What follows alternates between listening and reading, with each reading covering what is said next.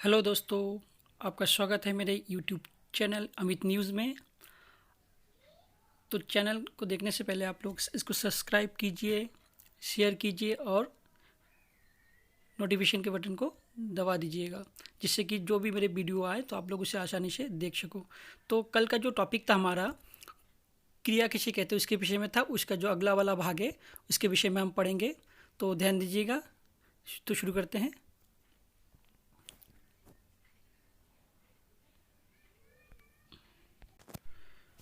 तो कल हमने बताया था आपको क्रिया किसे कहते हैं। आज का जो भाग है क्रिया के भेद। क्रिया मुख्यतः दो प्रकार के माने जाते हैं, उसके दो भेद होते हैं। नंबर एक अकर्मक क्रिया और नंबर दो हो गया सकर्मक क्रिया। तो इसी के विषय में आज अध्ययन करेंगे। अब अकर्मक क्रिया के विषय में जानते हैं, ध्यान दीजिएगा इसको। जैसे अकर्मक क्रिया वाक्य में प्रयोग करते समय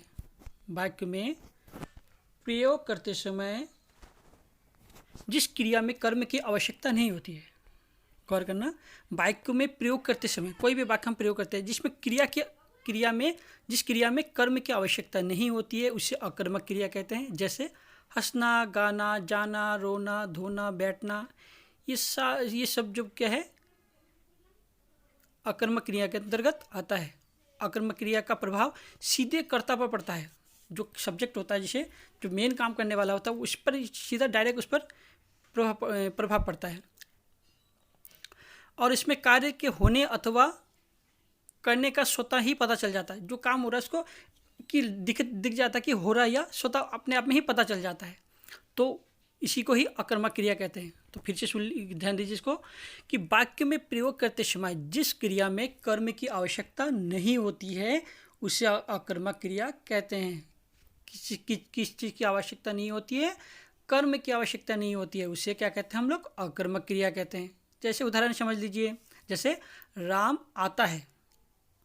अब जैसे राम स्कूल से आता है, अगर ये हो जाता तो आपको उसमें कर्म पता चल जाता, तो यहाँ पे कर्म नहीं है, इसका मतलब क्या है? अकर्मक है। जैसे राम आता है।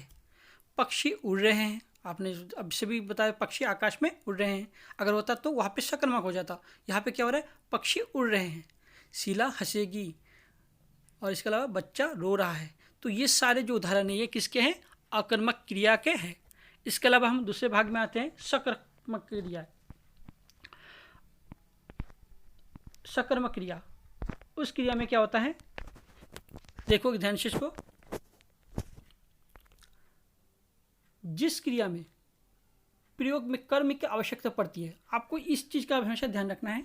अकर्मक क्रिया में कर्म की आवश्यकता नहीं होती है और सकर्मक क्रिया में कर्म की आवश्यकता होती है, और इसका सीधा प्रभाव कर्म से होता है। इसका सीधा प्रभाव किससे होता है? कर्म से। अर्थात क्रिया का प्रभाव कर्म पर पड़ता है। क्रिया का प्रभाव किस पर पड़ता है?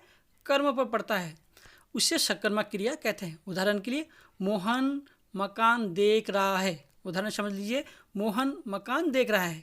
किसको देख रहा है? मकान को देख रहा है। तो यहाँ पे कर्म आ गया ना, तो ये कौन सा क्रिया हो जाएगी? ये सकर्मक क्रिया हो जाती है। शीला ने सेब खाया। अकर्मक अगर होता तो क्या होता? तो शीला ने खाया।